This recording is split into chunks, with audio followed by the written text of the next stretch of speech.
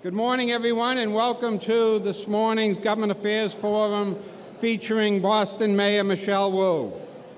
I'm Jim Rooney, President and CEO of the Greater Boston Chamber of Commerce, and it is very exciting to host our first in-person forum featuring a mayor of Boston since 2019. And we're especially thankful to have this return recorded in history as Mayor Wu's first Government Affairs Forum, as she is Boston's first woman and first person of color elected mayor in the city of Boston.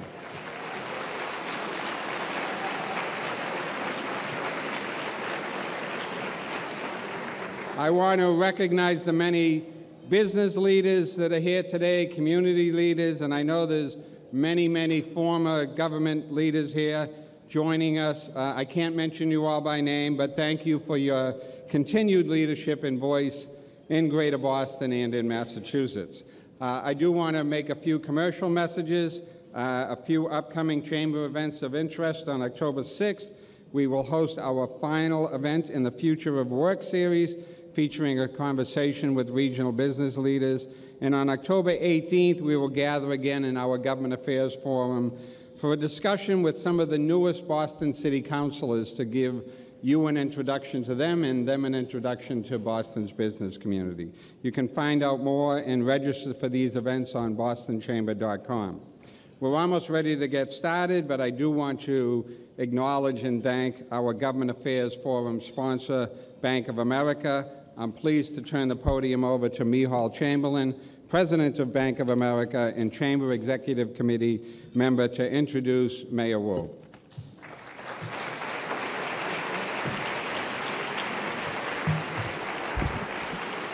All right, thank you, Jim, and good morning, everyone. As I came into the table, I had a big smile on my face, seeing a crowd again, and I guess we have to have Mayor Wu to every event now. This is what draws us. But it's a pleasure to be here with you today, and on behalf of Bank of America, it's my honor to formally introduce today's keynote speaker, the Mayor of Boston, Michelle Wu. Since taking office last November, Mayor Wu has launched initiatives to revitalize downtown in the wake of the pandemic, ensure local businesses owned by women and people of color have opportunities to compete for and be awarded large contracts, celebrate our legacy businesses, and attract and retain diverse talent for our workforce. She is an advocate for economic equity, sustainable communities, and creating opportunities for all residents to build generational wealth.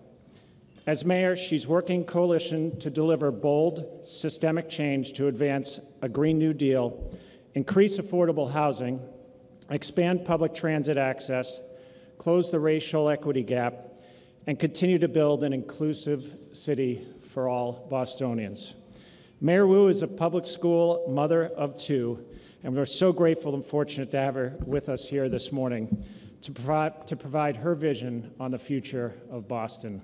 So without further ado, please join me in welcoming Mayor Wu to the stage.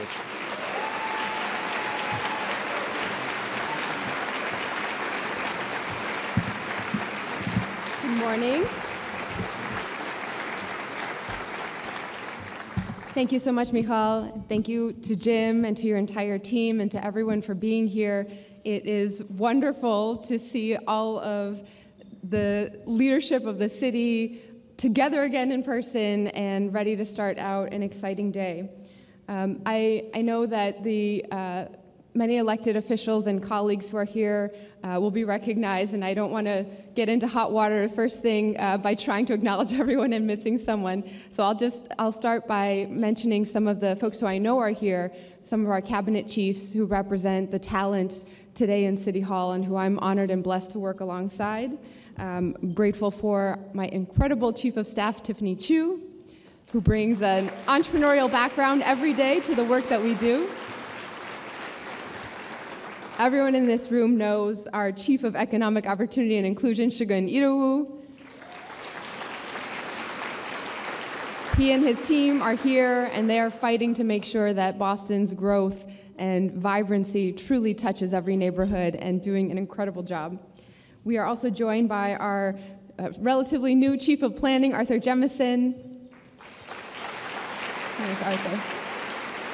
And his team at the BPDA, who are ensuring that Boston's growth will reflect the needs of this moment. Our amazing Chief of Human Services, Jose Masso, connecting constituent services and libraries and community centers to every neighborhood. Our Chief of Community Engagement, Brianna Milor, who calls herself a Dorchester girl, but truly knows every corner of the city. Our Chief of Communications, Jessica Pierre, keeps us connected in every way to our residents.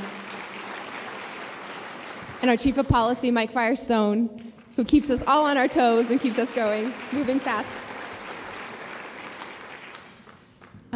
Not to start on a very somber note, but I do just want to note how much I am just despairing and watching with tremendous emotion what's happening with Hurricane Ian in Florida, and to see that the risks that we face are playing out every single year, every single month for our communities, and so just thoughts and hopes for a recovery, and we will be doing everything we can here in Boston to support what our neighbors need as they're facing this tremendous time of crisis. I'm looking around also and realize that it was not on my list, but I see our amazing Chief of Housing, Sheila Dillon, here. Thank you so much, Sheila, for all that you're doing for the city. So yesterday morning, a few hours before this time, I was bouncing down Washington Street in the back of a yellow school bus, surrounded by a group of our 3-, 4-, and 5-year-olds headed to school. And I will say, that was the most well-behaved little bus I've ever been on. It was not as rowdy as this crowd, with Jim trying to shush everyone to get going.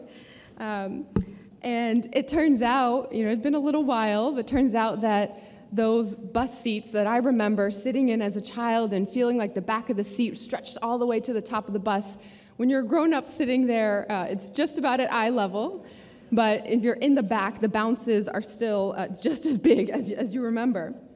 And that feeling of excitement, kind of standing on the street, looking around the corner, waiting for the yellow bus to come, it brought back a lot of memories for me. This was a bus route that we'd been having some challenges with, and especially for our special education students who need to ride with a bus monitor to ensure care door to door, home to school. The logistics are quite complex, and so I wanted to see firsthand what that involved. Now, our ride to the Henderson School yesterday went great. It was smooth, it was on time, but I am still in awe of how many little things had to go right for us to make that happen. Avoiding trash trucks and traffic, managing really tight turns on some of our residential streets, each student boarding quickly and efficiently, getting settled by that amazing bus monitor, and the route being covered in the first place thanks to our new school bus driver's contract that has helped us increase staffing and build a pipeline in the workforce. And for those 7 students that I was riding with, it was just awe-inspiring. And then to think our amazing teams are transporting more than 20,500 students in BPS and beyond every single day. We are now at a 90, a little over 90% on-time arrival rate, and that is growing every day. 99% of our buses arriving within 15 minutes of the first bell, and we won't rest until every single child gets to school on time and has every minute of learning that they are due. I've been on the job now for 10 months, a week, and 2 days, not that anyone's counting. And through these 317 days, through an Omicron surge, simultaneous hiring processes for school superintendent, police commissioner, fire chief, BPDA director, and many important cabinet roles, through record snowfall, through the Celtics making it this close to a run to the finals, and a 30-day Orange Line shutdown, I have more faith than ever in what's possible for our city. Because I've seen just how much we can accomplish when we focus on getting the little details right, empower an incredible team, and really put our energy to delivering lasting impact. The success of this city has always come from connecting our communities, anchor industries, business, and city government to focus on lasting impact. Boston's business community has always been tough willing to take on the odds and believing in the possibility and promise of our communities. 230 years ago, a group of business people met to discuss the creation of a new bank in Boston, which already had 2 established entities here. And just a few months after this bank was chartered, people were already placing bets locally, 2-to-1 odds, that this endeavor would fold before ever issuing a bill. Instead, in its first 112 years of operation, through the War of 1812, a civil war, multiple yellow fever outbreaks, the Panic of 1837, this bank declared semi-annual dividends uninterrupted. And today, State Street remains the second oldest continually operating financial institution in the country, setting the standard for excellence in asset management in the world and as a partner here in our city. So many of our businesses grew from a place of recognizing needs in our communities and resolving to meet them. By 1810, our young nation had just 2 general hospitals across the country, neither of which were in New England. And recognizing that no city can contribute fully to the health and progress of our nation unless her own citizens were healthy, 2 Boston physicians started a public campaign to try to raise funds for a general hospital. And as we continue to do to this day, our community came together, giving donations ranging from 25 cents to $20,000 to a 273-pound pig. In the following year, the state legislature granted a charter of incorporation for Mass General Hospital. And more than 200 years later, Mass General Brigham is our largest employer in the city and consistently shatters records as the top healthcare facility in the world. Some needs are more straightforward than others, right? Every city needs a hospital and a bank. But the President of the United States doesn't choose just any city to be the site where he announces his ambition to cure cancer. He chose our city. He chose Boston because we've made clear our choice to be the place for life-saving innovation, from COVID vaccines and next-generation antibiotics to treatments for cystic fibrosis and Alzheimer's. Boston exports big ideas to the world, saving lives and reshaping our society. And today, companies like Ginkgo Bioworks are changing what's possible for generations to come, already showing national leadership and exporting our talent to run the new ARPA-H, Advanced Research Projects Agency for Health, which we are fighting for Massachusetts to be home to. As mayor, I am committed to partnering with all of you to ensure that Boston continues to be the best place in the world to do this work. Our history shows that this city rises and falls on the close relationship and mutual support between our anchor institutions, many of which you represent in this room, and our community. It was the interconnectedness between our industries and government and culture that led Boston to being called the Athens of America in the 1850s. Our merchants, carried by the fastest ships in the world, built in East Boston, traded all over the globe. Our factories led the nation in producing textiles and shoes, the most needed goods at that moment. 3,000 miles of railroad connected us to virtually every single manufacturing center in the region, while journals like The Atlantic, alongside local civic leaders, shaped the national discourse.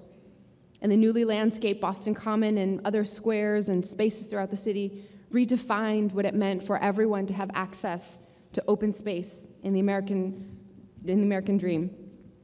100 years later, in 1950, Boston was a city of 800,000 people, more than we ever had before and more than we've ever had since. It was in that year the Elma Lewis School of Fine Arts and the Storyville Jazz nightclub opened, and construction first began on Storrow Drive, sealing the fate of moving trucks for decades to come. But we reached that peak of our population without a sustainable plan for the future.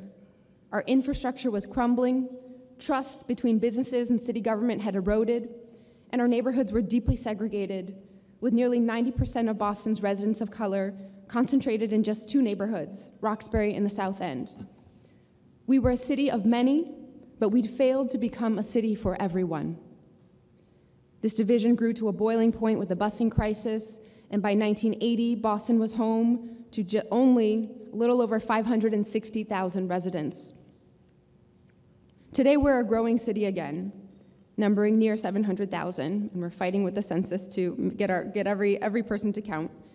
But we know that growing successfully, sustainably, means embracing our greatest challenges as opportunities to come together, to remember that the roots of our growth are embedded in the needs of our communities, and to rely on being nourished by the unique and interconnected pillars that drive our economy here.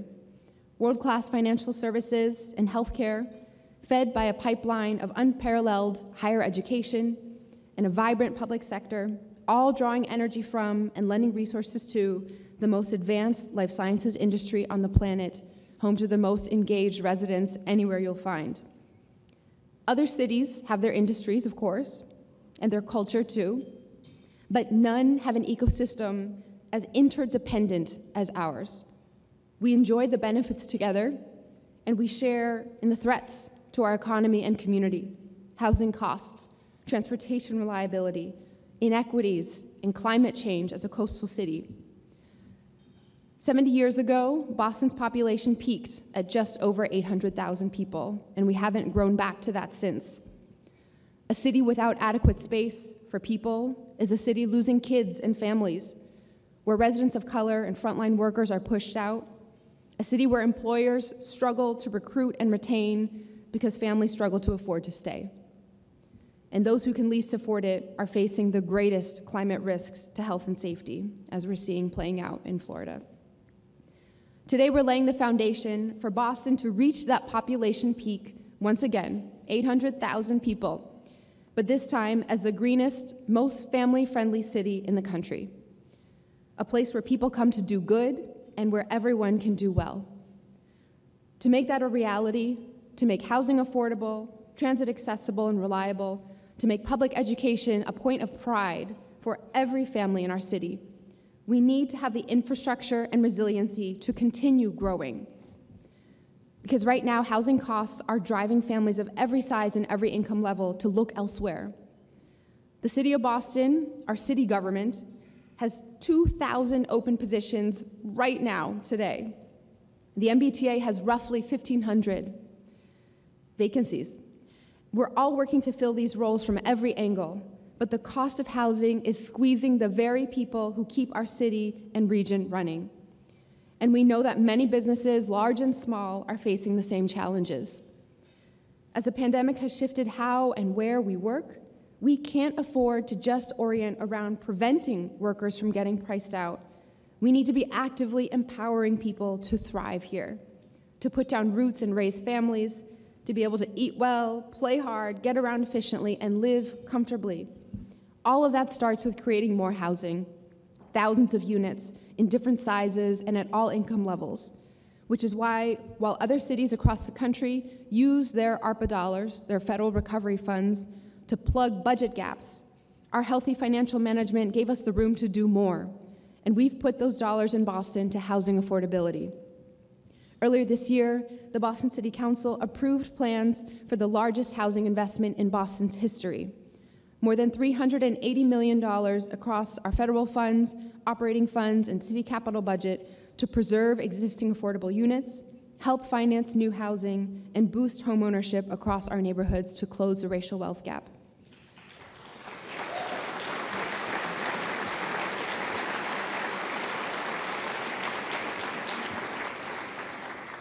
I think that came from Sheila's table. Yes.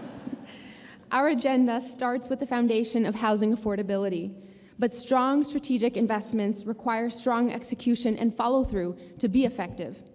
So in the coming days, I'll be signing an executive order to accelerate the production of affordable housing in our city. After reviewing the current process carefully, we have found that it takes an average of 11 months to get approvals for affordable housing developments. Our executive order will work to cut that time in half. And in streamlining the timeline on these projects, I am confident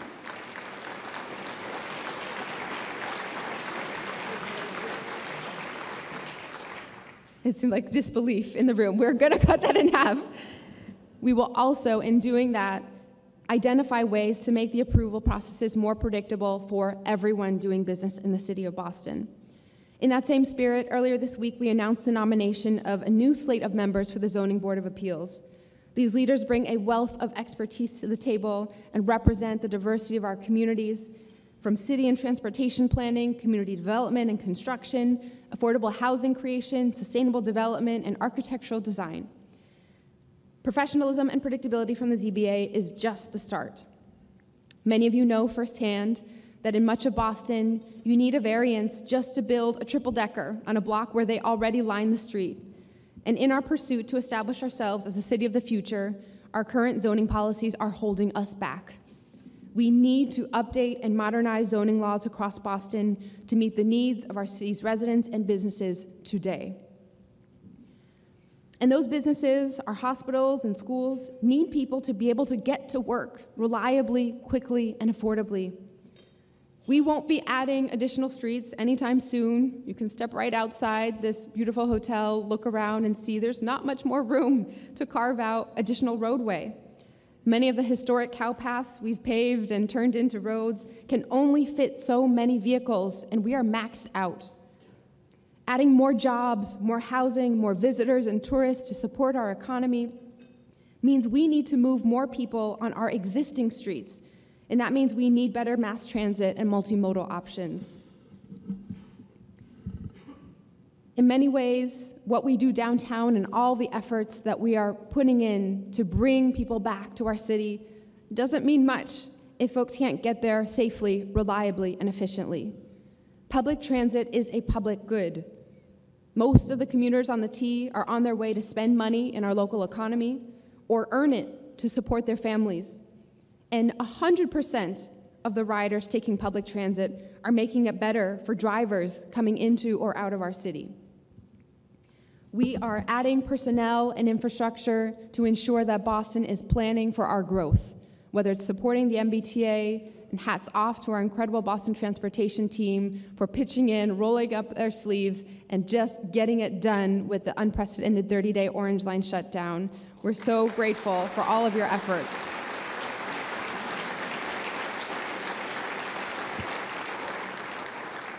We've seen during that period that Boston, in fact, can move quickly and nimbly when a big challenge is presented to us, that we can restripe roads, we can think about traffic patterns, we can move the flow of commuters down our streets, we can set new records for cycling by opening up bike share to all. That demand and that appetite is there, and we need to keep the momentum going. Our future rests not only in updated tracks and signals, but staffing up our agencies and ensuring that the big infrastructure projects can be accelerated, from the Alston Interchange to electrifying the Fairmount Line to connecting the red and blue lines to ensure that thousands of more workers will be able to rely on getting to where they need to go. Of course, our work can't end there, and in the increasingly competitive race to attract talent in a globalized economy, we can't allow our most valuable pipeline to become a hurdle. As a Boston Public Schools mom, I'm acutely aware of the ways in which our school system has the ability to either open doors for our students or hold them shut. With the Green New Deal for Boston Public Schools, we're making a multi-billion-dollar commitment to rebuild crumbling pre-World War II school buildings, to decarbonize our city's building sector, and make crucial investments in the workforce of the future. We're taking on plans and processes to build a brand new Madison Park Vocational Technical High School.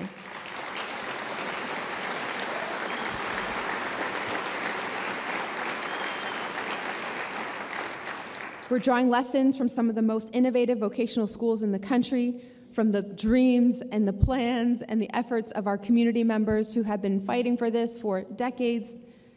And like so many of you, I know that a new Madison Park, deeply connected to Boston's communities and to leading our growth industries, would be transformative not only for the Boston Public School system, but the organizations you lead and our entire economy. As the challenges that our businesses face grow more complex, the importance of well-resourced, well-equipped talent will continue to be that key differentiator in the Boston region, the key difference that sets us ahead as our economy continues to shift. Part of that is also thinking about the core of our regional economy and how we revitalize and continue to support downtown Boston. I know that not every employer has the luxury of a big, beautiful concrete building to entice workers to come back to as we do in City Hall. Which is why our administration has spent a lot of time thinking and partnering with you all about the future of downtown. This is the economic and cultural engine, not just for our city, but for Eastern Massachusetts and New England. It feeds into the lifeblood of our neighborhood business districts and residents across every community in Boston. Before the pandemic, downtown streets were some of the busiest in our city, but today foot traffic is still half of what it was before COVID. Economic activity is down 20 to 40% from pre-pandemic levels in industries like retail, tourism, and hospitality, and remote work has left office occupancy levels at just 30% of what they were pre-pandemic levels, as 1 in 2 downtown workers has a job that can be done remotely.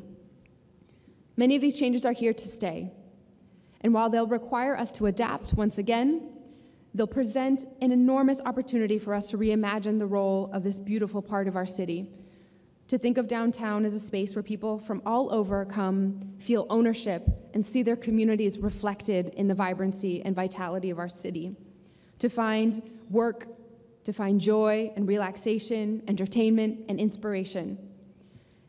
In the coming weeks, we'll be unveiling a report that we've been working on for some time with the Boston Consulting Group, my business alma mater, laying out the city's vision for the future of downtown. That future is one where our downtown is an inclusive, round-the-clock neighborhood filled with new homes, diverse businesses, world-class public spaces, vibrant nightlife, and a thriving arts and culture scene. The report covers a lot of ground, but in broad strokes, our strategies will focus on converting unused office space to new housing, investing millions of dollars in cultural programming and placemaking, and supporting dozens of new retail businesses from entrepreneurs reflecting the diversity of our city to fill many of these downtown vacancies. And we need your help to keep that going. In line with these goals, and with the leadership of our cabinet focused on economic opportunity and inclusion, the City of Boston will be launching a commercial acquisition program, recognizing that our small businesses are facing the very same pressures that our residents and homeowners are facing as well, renters and homeowners are facing. In partnership with the BPDA, the Mayor's Office of Housing, and our Office of Arts and Culture, we will be putting resources to help artists, small business owners, and entrepreneurs take ownership of their spaces and be able to find that stability to be truly rooted in our community as legacy businesses for generations to come.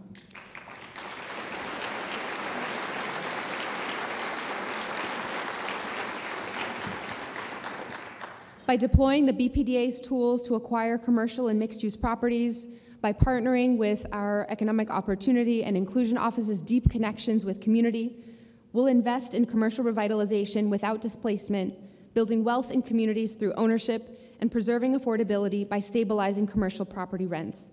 Because at the end of the day, our growth is strongest and most sustainable when we are lifting as we climb. When we center the needs of the people and communities who, given the chance, would do anything to bring more life and joy to this city they call home. There's a lot more that I want to go to and talk about, and I know Jim and I will get into some questions about many of the other big topics that are front and center in mind. So I'll wrap here by just saying, yesterday, riding that school bus was a reminder that, yes, a lot of little things need to go right for us to get where we need to go. So as we think about addressing our pressing issues around housing, transportation, climate, and investing in our schools and workforce equitably as a vehicle to deliver the improvements we need, I also want to remind everyone that sometimes the big things, like the backs of those tall bus seats, with time and perspective, aren't always as big as they seem. And maybe even more importantly, it is within our power to get the little things right, too. This community has a history of doing just that, and together with your partnership with the business community as a key force, we can make sure that it has that future as well. Thank you so much, everyone.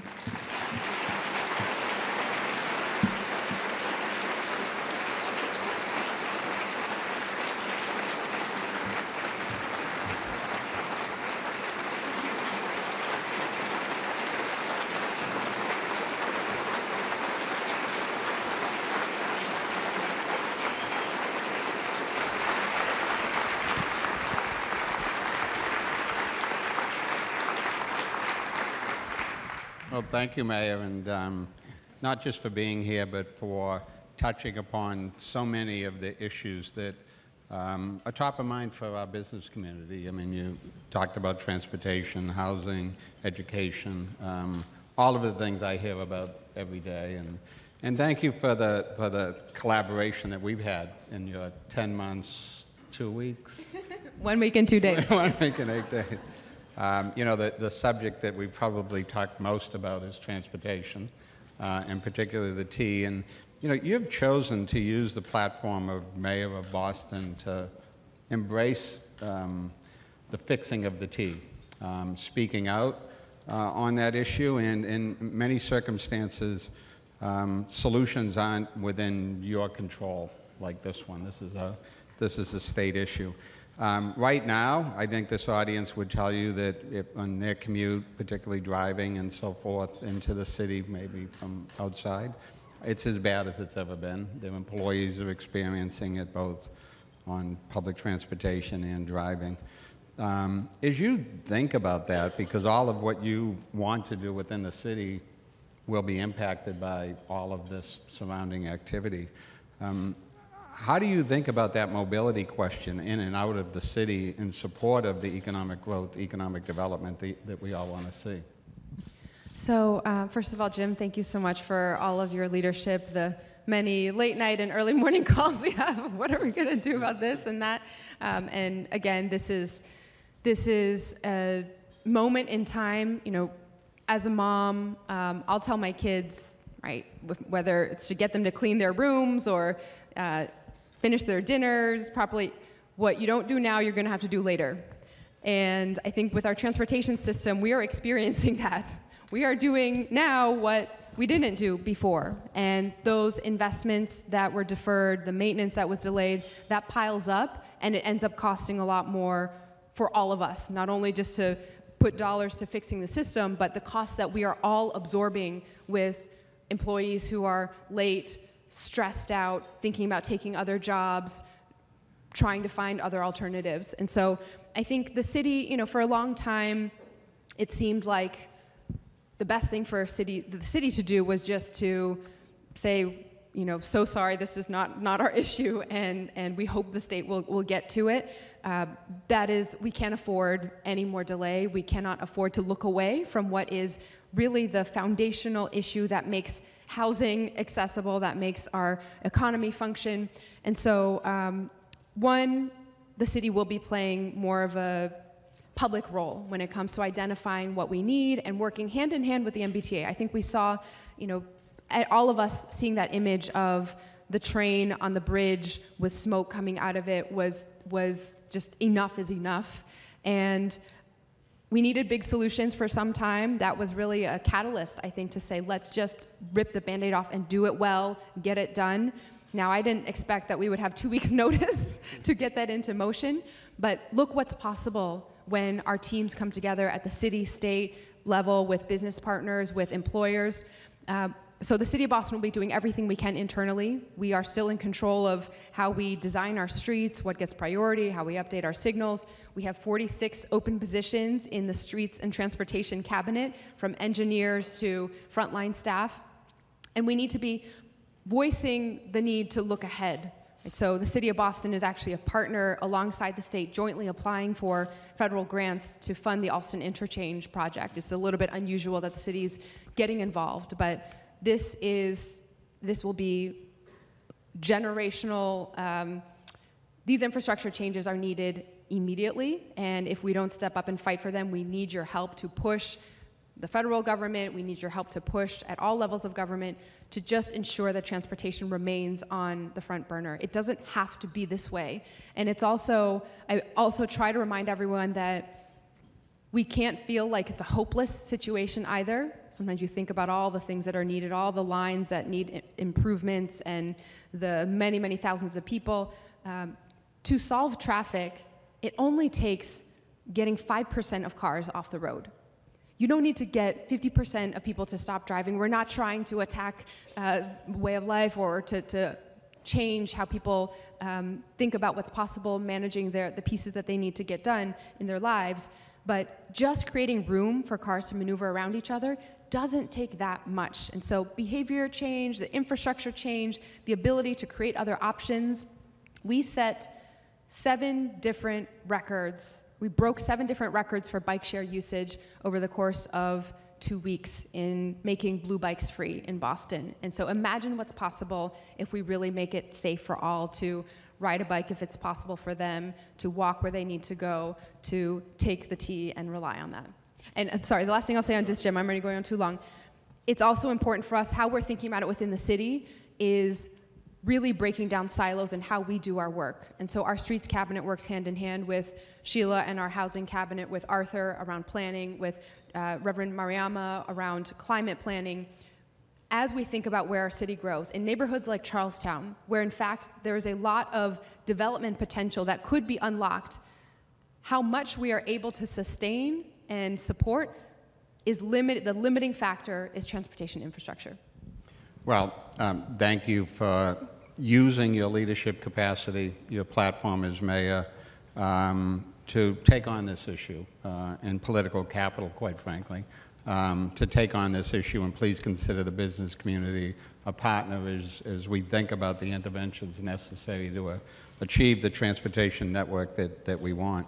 I want to follow up on the housing comments that you made along the same lines. You spoke about all that you are doing as mayor and the city is doing and the wonderful Sheila is doing to produce more housing, particularly affordable housing.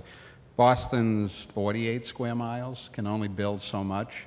Talk about your platform to try to get more done within the region in support of what we need to sustain our economy and the growth of business.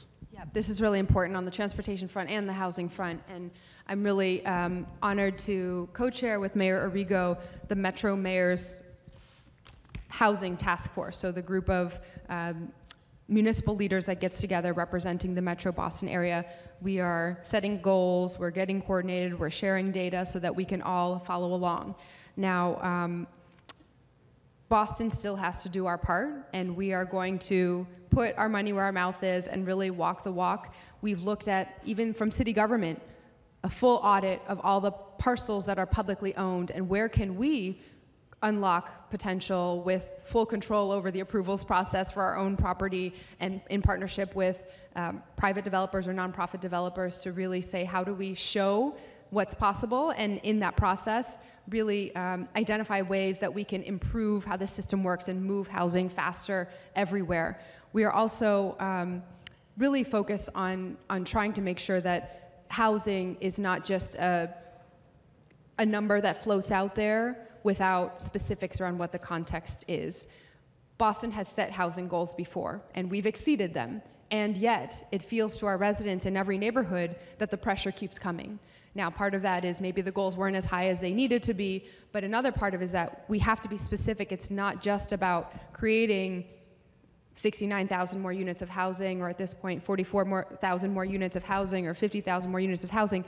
What proportion of that is affordable to residents in our neighborhoods today? And so we're really going to focus on what types of housing are we creating? Is it family housing? Is it home ownership opportunities?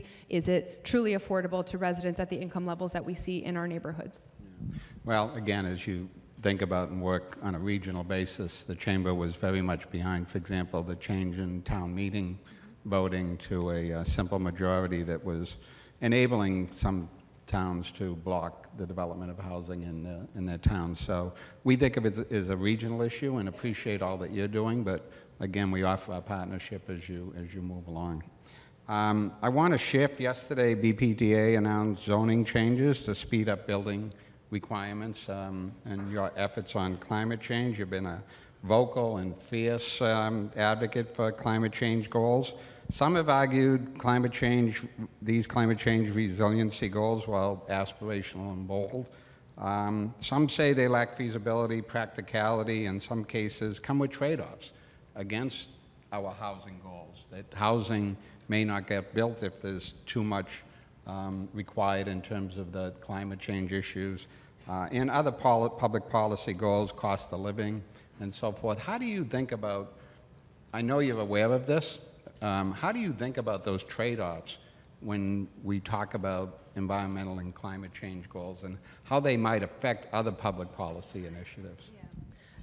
And we have to be honest that many of the decisions that we're making today are always about trade-offs, right? Do we take a parcel that is currently open space and hand that down to the next generation as a beautiful park, as those who came before us did with so many amazing resources, or do we make a decision that we locate badly needed housing on this parcel? And so every conversation, I think we can have in mind what the immediate impacts are, what the immediate costs and benefits are, but we also have to take a really longitudinal, long-term approach. What are we trying to do as a city? How will we be growing? And how will we ensure that even if we can kind of make numbers pencil in this moment, that it's not a transient feeling that we're surviving rather than thriving. And so with all of these issues, it's important to keep in mind the technology is shifting so quickly, and especially with recent federal legislation that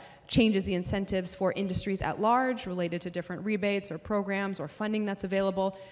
I think the best thing that we can do as a city is to move past the what if and how will we make it work and will this result in unintended consequences by just finding ways to create proof points, finding ways to create tangible examples with partnership from you all, ideally, but we're looking at our school buildings, which are already in need. I mean, you've set foot in so many of our school buildings, and I think most folks might be shocked when you're sitting inside some of them to say, this is in the city of Boston, right? Buildings that paint is peeling and really does not match the level of what our young people deserve. And in that process, trying to say, we're not only gonna fix the problem of a functional, safe, healthy building, but do it in a way that shows we can make the economics work, we create new jobs from it, we're deepening the green economy here in Boston. One quick example, we're transitioning our fleet of municipal vehicles to be electric. That comes with a lot of decisions about kind of a chicken and egg about where the charging stations are located and how we build that infrastructure. But we're starting with a small bite, 20 school buses, through funding that's available and now even more from state and federal programs. And not only procuring those electric vehicles and figuring out how to house them and charge them and build that infrastructure, but creating the direct job pipelines through a partnership at Madison Park for our students to learn how to service electric vehicles and then step into those jobs as well. And so every decision that we make, we're going to seek your feedback and ensure that we can understand what this means tangibly on the ground today, while still pushing to think about the larger interconnected benefits that we could all experience.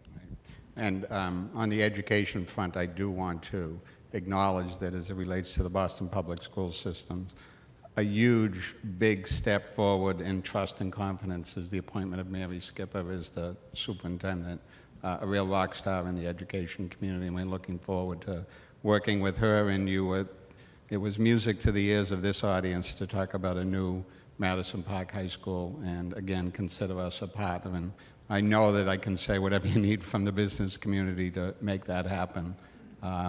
Give me another early morning call and we'll talk about it. You know, as you might expect, there's some people from the development, real estate, construction community here. Developers and investors love certainty. You know, and predictability. I mean, they thrive on that. You've signaled and made leadership changes in structure, process. I know there's still some ongoing things. What can we expect? What's your message to that community in terms of what they can expect in the world of development in Boston? Predictability helps all of us. That is what we are aiming for. And I think the vision of where we're headed with a zoning code that actually matches our needs, a process that is far less cumbersome, that doesn't result in undetermined numbers of community meetings that drag our residents out to just be in this embattled feeling situation, that is what we all share as an end goal. Now, how we get from point A to point B, I know is what causes a little bit of anxiety, and what will the transition feel like. The BPDA and Chief Jemison and his team have been really working to ensure that there's predictability in the pipeline as we manage what's coming in, while we make the changes and set the structures that will shift what organizationally we focus on. In broad strokes, what we're aiming for is we have an outdated zoning code and we have an outdated governance structure. The agency that runs our development, zoning, approvals process was built for the 1950s and 60s. And as I mentioned, a very different time in Boston, different needs and different issues, oriented completely around eradicating urban blight and tackling urban decay, and focusing on areas of the city where, frankly, we don't experience that anymore, downtown and the surrounding areas. We need to use that same muscle, that same coordination, focus, and long-term planning power to deliver resiliency, equity, and affordability in our city. And so this is about how we make our processes more efficient, invest in the human capital internally to be able to follow through on that, and then set clear expectations so that there's more predictability across the board. Another great appointment, and Arthur Jameson. Arthur and I worked together in a previous life of mine, and he's a terrific appointment. Closing comment, it wouldn't be a conversation unless we talked about Mass and Cass. When you became mayor and before last winter, as an effort to not only clean that up, but give people a place to stay during the winter. The tents came down. They're back. There's a lot of activity over there. What's your sense of that, both in the short term as we approach another winter, but more long term? What do you see as the solution? It feels like people talk about rebuilding on the island quite a bit, but that's got to be 7-10 years away. What's your sense of the solutions to what we see going on there?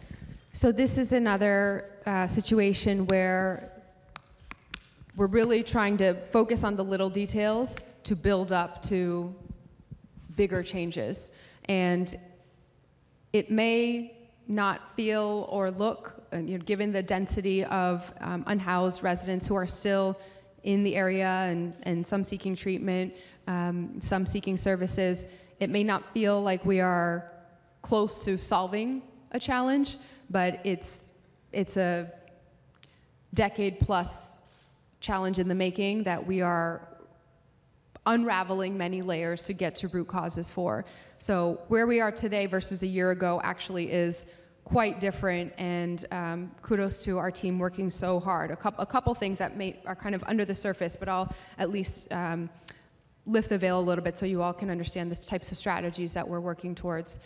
First is that we have an accurate count every single day now of the number of people who are out on the street. And there's an 8:45 a.m. call every single day between all of the city agencies involved and some of our partners as well, so that we know who is there, what happened last night, what issues are identified, where geographically are there locations that might now show more need, that our outreach teams need to be deployed to try to connect more people to housing.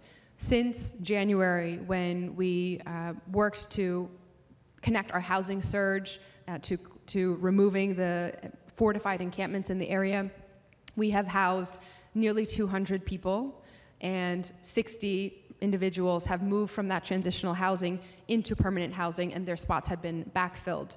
On average, there are about 170 to 200 people out every single day, some portion of whom are residents who are working directly with the city and receiving services, and a significant portion are folks who are coming in from all over. Often when I'm there, I'll meet people who traveled from Rhode Island or beyond or throughout the region to come to Boston as a center city with services. And so this is truly a challenge that we need statewide support on, federal support really, but we're working to set up transportation. Now there are shuttles that can help transport anyone in need of services or day space to other locations set up. We have partners like Whittier Health Center and St. Francis House, and so several dozen people will board the shuttle every morning and seek services in a different part of the city. We're working to locate more low threshold housing and have proposals, whether through Pine Street Inn or other partners, to try to provide some more resources, the Shattuck Hospital being another location where there is real potential to ensure that we are expanding the pipeline of supports and services. And we're keeping Long Island as a medium-term solution as well. Monday, we'll be going out again, visiting with the Boston City Council to talk about city-level solutions. But this is an example of a situation where we can't move fast enough, and often, as well as the more success the city experiences, the more need that we receive. And so we really need regional and statewide support here. Well, Mayor Wu, thank you for your time today.